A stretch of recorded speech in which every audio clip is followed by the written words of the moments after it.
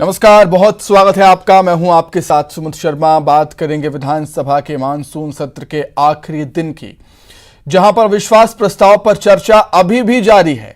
सदन में विश्वास प्रस्ताव पर चर्चा जारी है। मंत्री अमरजीत भगत ने उपलब्धियां गिनाई हैं सरकार की, राज्य सरकार की उपलब्धियां गिनाई हैं और केंद्र पर किसान विरोधी होने का आरोप लगाया है।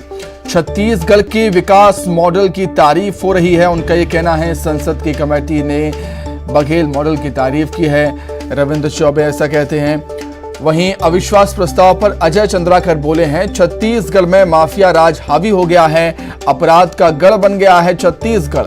3 साल में कोई विकास किया हो तो बताइए। राज्य सरकार से सवाल पूछा उन्होंने। ऊपर से लेकर नीचे तक भ्रष्टाचार है, चंद्राकर ऐसा कहते हैं।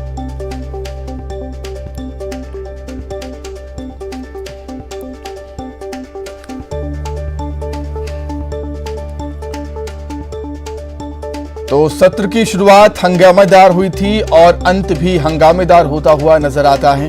और अधिक चर्चा के लिए हम सीधे रुख कर देते हैं। हमारे सहयोगी देवव्रत भगत हमारे साथ लाइव जुड़ गए हैं रायपुर से। देवव्रत, अविश्वास प्रस्ताव पर चर्चा लगातार जारी है। तकरीबन 10 घंटे का समय बीत चुका है। जी बिल्कुल सुमित, और क्योंकि जिस तरह से विपक्षी पार्टी बीजेपी ने यह अविश्वास प्रस्ताव लाया है और पिछले तकरीबन 10.5 घंटे हो चुके हैं, दोपहर 12 बजे से अविश्वास प्रस्ताव पर चर्चा चल रही है। और क्योंकि ये कहा जा रहा था कि 27 जो सदस्य हैं वो सत्ता पक्ष के यहाँ पर अपना वक्तव्य देंगे और इसके अलावा विपक्ष के 14, लेकिन अभी तक के जो स्थिति देखने को मिल रही है 14 से 15 लोगों का ही वक्तव्य हो पाया है।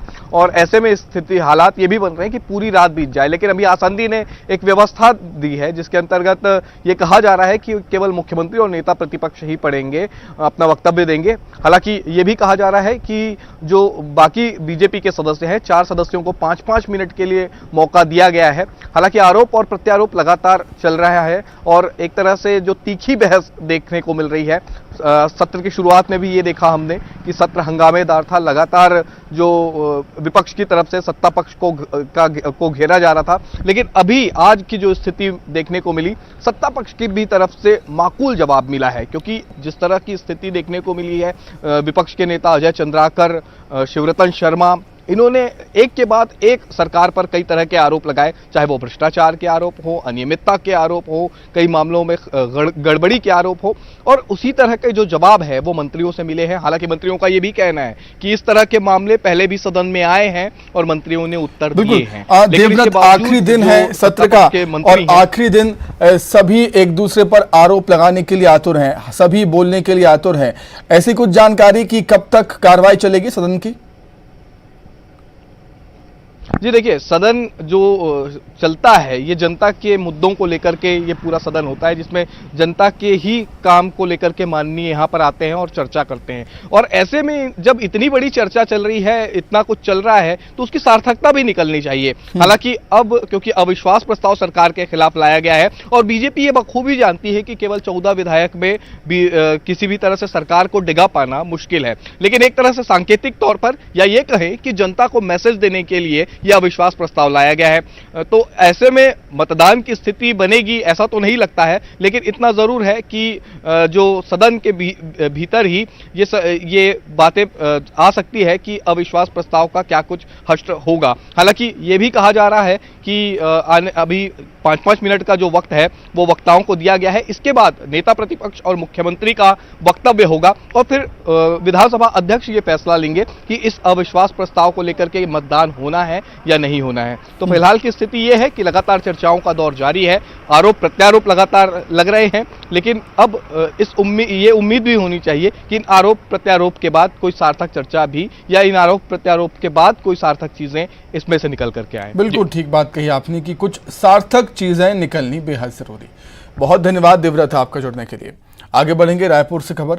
हरेली पर सीएम के कार्यक्रम होंगे। हरेली पर सीएम भूपेश बघेल के कई कार्यक्रम होने हैं, कई आयोजनों में शामिल होंगे मुख्यमंत्री। कल सुबह 11 बजे हरेली तिहार कार्यक्रम का आयोजन होगा। महतारी न्याय रथ का शुभारंभ सीएम करेंगे।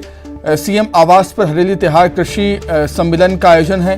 कल छत्तीसगढ़ में मनाया जाना है हरेली तिहार।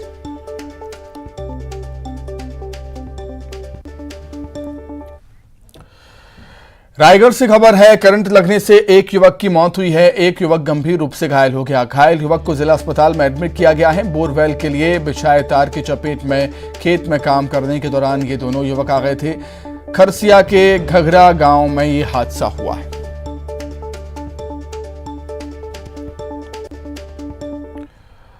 बलरामपुर में मानसिक रूप से विक्षिप्त लड़की के अपहरण के मामले में 2 आरोपी गिरफ्तार हुए हैं। 24 जुलाई को आरोपियों ने अपहरण कर लड़की को ले जाने की कोशिश की। ग्रामीणों की सूझबूझ से आरोपी लड़की को मौके पर छोड़कर भाग गए। बोरिया पुलिस ने दोनों आरोपियों को गिरफ्तार कर लिया है। पूछताछ में आरोपियों ने अपना जुर्म कबूल कर लिया, जिसके बाद पुलिस ने दोनों आरोपियों को न्यायिक रिमांड पर भेज दिया। बड़ौदाबाजार में 38 साल का एक युवक नाले में बह गया। मामले की सूचना मिलते ही सरसीवा थाने की पुलिस मौके पर पहुंची और पानी में बहे युवक की तलाश की जा रही है। मामला सरसीवा थाना क्षेत्र के धनगांव ग्राम पंचायत का है। बताया जा रहा है कि युवक नहाने गया था और इसी दौरान गहरे पानी में जाने की वजह से तेज धार में बह गया।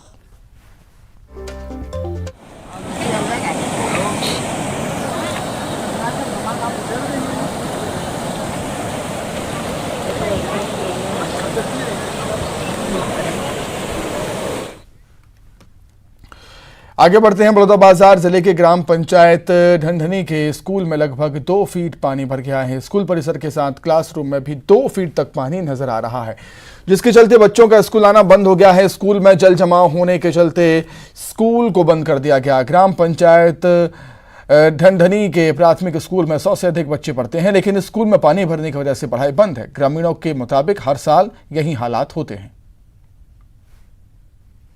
हर बरसात में ऐसी स्थिति रहता है कि स्कूल में पानी भरा रहता है कमरा में, जिसके वजह से बच्चे लोग को पढ़ाई करने में तकलीफ होता है, बैठने की व्यवस्था नहीं होता है। हाल में भी जो है सामने जो वहाँ भी पानी भरा रहता है। इस पानी भरने से बाकी कमरा में भी पानी चला जाता है। अविगत ये जो स्कूल है प्राथमिक शाला 35-40 साल पुराना स्कूल है और जर्जर स्थिति में है। सीपेज आते रहता है, पानी भरा रहता है, इसलिए बच्चे लोग को पढ़ाई का व्यवस्था नहीं हो पा रहा है और विगत अभी 4-5 दिन से स्कूल बंद है। दंतेवाड़ा के मोल सनार नाले पर पुलिया नहीं होने के चलते ग्रामीण जोखिम उठा रहे हैं। जान जोखिम में डालकर औफनता नाला पार कर रहे हैं। तेज बारिश के बाद धुरली ग्राम पंचायत का जिला से संपर्क टूट गया। हैरान कर देने वाली बात यह है कि हर साल बारिश के समय लोग इस तरह परेशानियों का सामना करते हैं, लेकिन इनकी इस परेशानी पर आज तक किसी ने सुध नहीं ली। नतीजा ये है कि जान जोखिम में डालकर लोग रोजमर्रा का सामान लाने के लिए हर दिन अपनी जान जोखिम में यूं ही नाला पार करते हैं। पुलिया नहीं बना है, हमको बीमारी पड़ने से एम्बुलेंस नहीं आ पा रहा है। पुलिस थाना का नीचे एम्बुलेंस आके खड़ा रहता है। हम पैदल ला के कटिया से वहाँ तक ले जाके एम्बुलेंस हॉस्पिटल लेके जाते हैं। बाजार जाने के लिए दिक्कत है। हमका मसन गाठी इधरी है, फिर बढ़ने से ना हम लोग को दिक्कत पड़ता है। उज्जैन के सांसद अनिल फिरोजिया ने संसद भवन में परिवार के साथ पीएम मोदी से मुलाकात की। अनिल फिरोजिया अपनी पत्नी, बड़ी बेटी प्रियांशी और छोटी बेटी आहिना के साथ पीएम मोदी से मिले। इस दौरान पीएम मोदी ने दोनों बेटियों के साथ बात की। छोटी बेटी आहाना से पीएम नरेंद्र मोदी ने पूछा कि मुझे पहचानती हो? इस पर आहाना ने कहा कि जी, लोकसभा में आप काम करते हैं। पीएम मोदी ने बातों के दौरान आहाना को चॉकलेट भी दी। सांसद अनिल फिरोजिया की बड़ी बेटी से उसके भविष्य और यूपीएससी की तैयारी के बारे में पीएम मोदी ने चर्चा की। सांसद अनिल फिरोजिया ने बताया है कि मुलाकात के दौरान पीएम ने उन्हें अपना वजन और कम करने की सलाह दी है। साथ ही पीएम ने जल्द ही महाकाल कॉरिडोर के उद्घाटन में आने का वादा भी किया। मेरा नाम अहना फिरोजिया है, मैं 5 साल की हूँ। मेरी मोदी जी से मिलने की बहुत इच्छा थी। मैं पापा से बोलती थी कि मुझे मोदी जी से मिला दो। आज उन्होंने मिला दिया मुझे। तो उन्होंने पूछा कि मैं क्या काम करता हूँ। मैंने बोला आप लोकसभा में काम करते हो, और उन्होंने मुझे बहुत सारी बातें भी करी और प्यार भी करा और चॉकलेट भी दी। हरेली त्योहार छत्तीसगढ़ का सबसे महत्वपूर्ण त्योहार है। मुख्य रूप से किसानों के लिए इस त्योहार में बच्चों से लेकर बुजुर्ग तक बेहद उत्साहित रहते हैं। छत्तीसगढ़ बनने के बाद पहली बार जब से प्रदेश में किसान का बेटा मुख्यमंत्री बना है, तभी से हरेली त्योहार पूरे प्रदेश में व्यापक रूप से मनाया जाने लगा है।